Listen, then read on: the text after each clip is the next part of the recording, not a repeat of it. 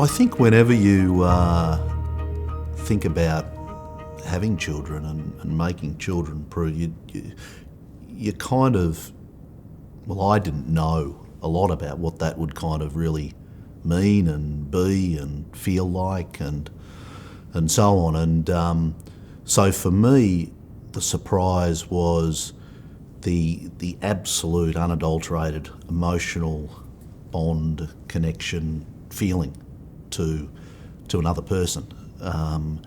And when you sort of create something like a child, it blows your mind in so many different ways. And, you know, Kate and myself have been very fortunate to have 4 wonderful little girls, now ranging from 14 through to 10, so growing. And that's been amazing, but also very different. You know, 2 people come together and create 4 very different children, all wonderful, all with different skills, different perspectives, different mindsets. How does that sort of happen? So for me, it's kind of, in its truest sense, one of the world's magical things. So everything related to kids and raising kids and building values in kids and teaching kids, it's I think one of life's greatest gifts. Look, my wife and I kind of went into it not with sort of a playbook of sort of, this is what I do, this is what you do. It wasn't like here at PWC where there were metrics and accountabilities and so on. We went into it both with the view that we wanted to raise a happy, healthy, tight unit of a family. And, you know, ever since our first was born, we flexed up and down and juggled things as best as we could do for the benefit of the child and Kate and myself. And I'm sure, like all things in life, you sort of, nothing's perfect sort of on the first time through, and you look back and you say, well, you know, should I have done that, or should I have done that, or could we have done this differently? But you make do, and Kate and myself had a philosophy that you make the most out of every sort of day, and you both try and pursue your dreams and aspirations, the family's dreams and aspirations, the child's dreams and aspirations, and somehow you just got to try and make that work. So no playbook, but an absolute intent and desire to just be flexible and do what you think's best. It's been amazing, right? But to say that it doesn't bring stress and challenges and tension points in your marriage and your relationship along the way would not be right. It's not all sort of cigars and cognac. It's a true relationship and a true partnership to try and create something super special. We have an amazing group of 4 young independent women. Kate and my relationship, to be honest, through all the ups and downs of raising the kids to today, I think has never been better. The respect and the generosity of spirit and the flexibility that we show to each other, so we can do what we both want to do, but we also can be there for the unit, is awesome. But it takes compromises, and it takes choices and decisions and sacrifices along the way, because you can't just do everything. You can't. And if one child needs to be there and one child needs to be there and one child's sick and in the hospital, and, you know, Kate's got to do this and I've got to do this, you've really got to have that desire to just work through those tension points and come out the other side stronger and better for it.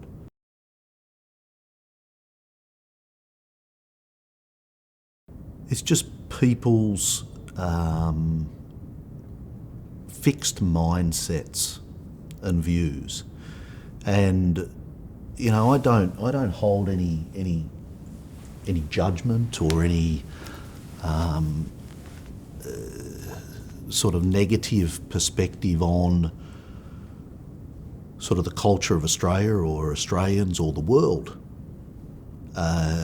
for sort of the last 50, 100 years. It was a different time, and I think for sort of me to sit here and critique and look back, and that would be very arrogant, and that's just not me. So I don't sort of pass judgment on that. But what has surprised me is how strong people's beliefs and views can be around a topic like gender equality that is purely a function of society, their upbringing, their friendship circles, and just their view of the world. And that fixed nature and that true belief, I know best, or I don't have unconscious bias, or I, because this person looks and feels and smells and does like me, is a better performer than that person that's different. That to me has been stunning, because you have to change that. And so many people are fixed on their view or belief of society. Getting people to unlock that, I think, is Australia's greatest opportunity. From a productivity perspective, from a country perspective, from a commercial perspective, from a what's right perspective, how far do you want to go on it, why it's right? But it's very, very, very hard.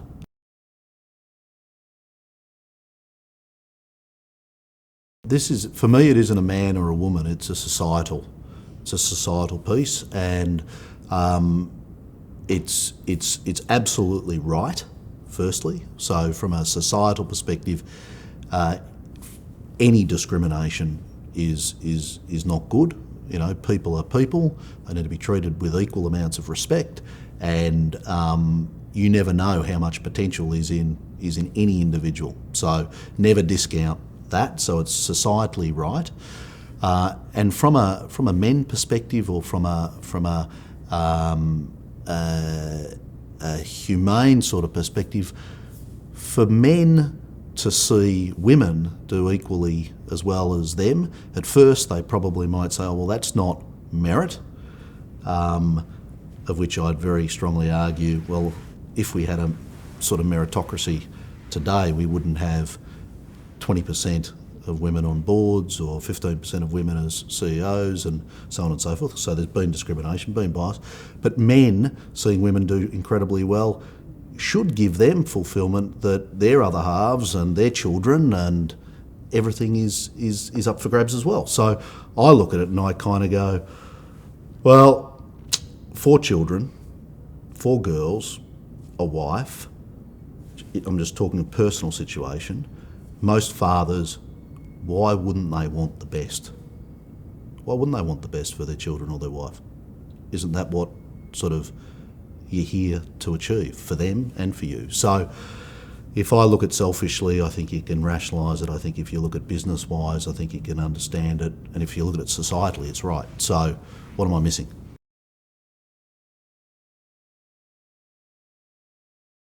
I would say we're having more success, Prue. I'd like to see much more, to be honest. When you have a child, it's arguably the biggest thing that's going to happen in your life. You've suddenly got a beautiful new person that 2 people are responsible for. And it's as hard as anything, those first 3, 6, 9 months, whether it's your first, second, third, fourth, fifth, whatever it be, it is hard. There are all sorts of stresses, tensions, challenges that suddenly enter your family unit. So the way that we're trying to look at it at PWC is encouraging the fathers to be absolutely involved in that, involved to help with the newborn, to help with the post-birth challenges and complications that oftentimes come with your wife or your partner, giving birth, to be there as a rock through that early period. And why is that right? It's right for stability. It's right for the men who arguably will learn and grow more through that experience straight after birth than they would at work for a period of time, as far as a person that understands and is empathetic and is caring, and you develop skills and perspective and context through that period arguably more than you would if you just stayed doing the same old thing at work.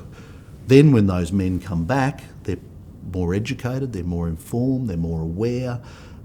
Hopefully the family situation is more stable and true and genuine, and then they can come back to work, slot back into work, and go from strength to strength, and then juggle that period between work and home as flexibly as they can for the benefit of the family, but also for the benefit of the employer.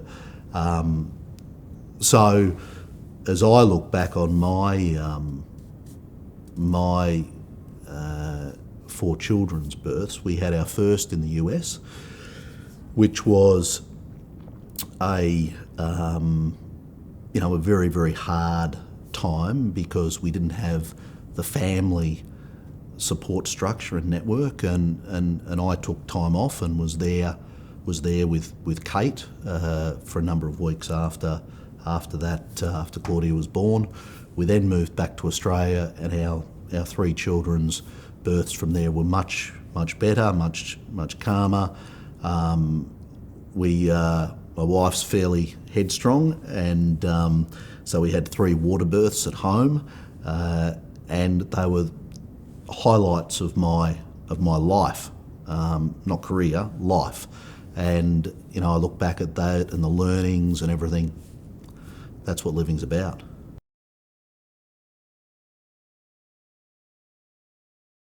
It's a growth period, but I think also this flexibility thing for me comes down to open, authentic communication.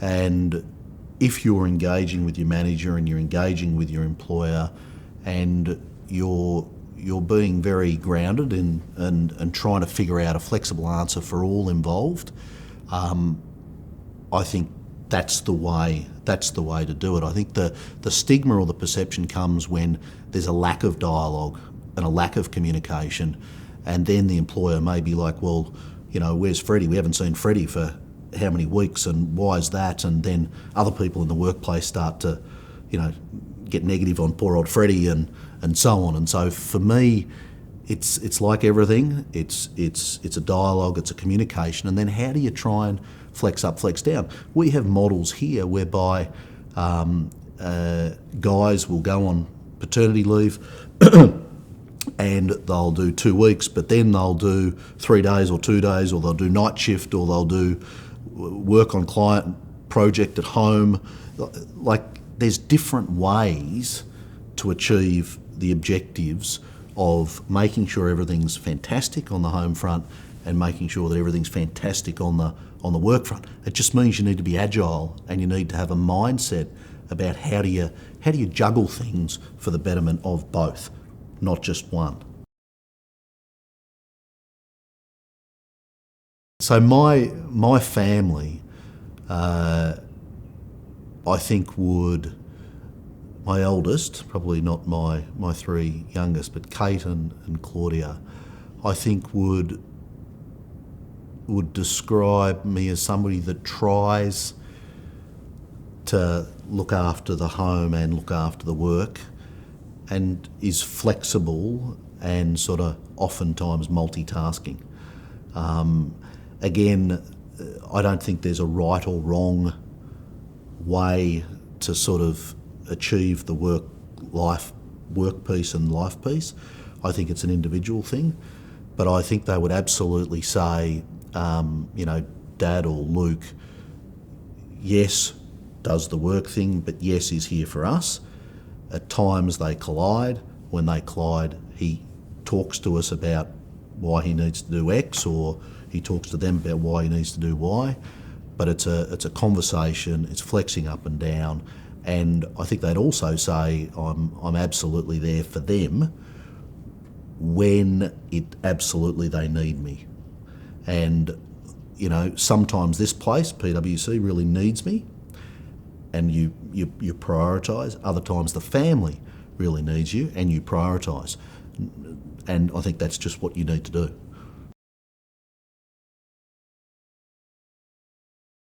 I think as more people talk about it and more people lead through change, hopefully less and less and less people will sort of look at it as male privilege. Even you saying that to me kind of embarrasses me. But we are where we are. I think we've got to stop using the male female sort of divide or binary language, and we've got to get back to we're people, and we should be doing what's right for people. Gender is one slice. But you can you can segment in so many different ways society. I think we need to stop using the divisive language, and that's why I kind of feel with male champions of change, I might be a champion of change, but I'm a person, and I want best for people, full stop. So as far as male privilege goes, we just got to knock that language underground, and we've got to bust through the barriers. And men play a role, and women play a role. People with strong socioeconomic backgrounds play a role. Low socioeconomic backgrounds play a role. Society plays a role for fairness and equality, and that to me is the higher purpose or calling here. You just never know how much amazing potential is there until you can find a way of inspiring and unleashing it. And I will tell you, those people that you may have a perception or a judgment on are often the ones, whether male or female or anything else, are the ones that surprise and go on to inspire and change the world. So for me, it's looking through a lens of true equality, and then getting in and trying to figure out how you make that blossom.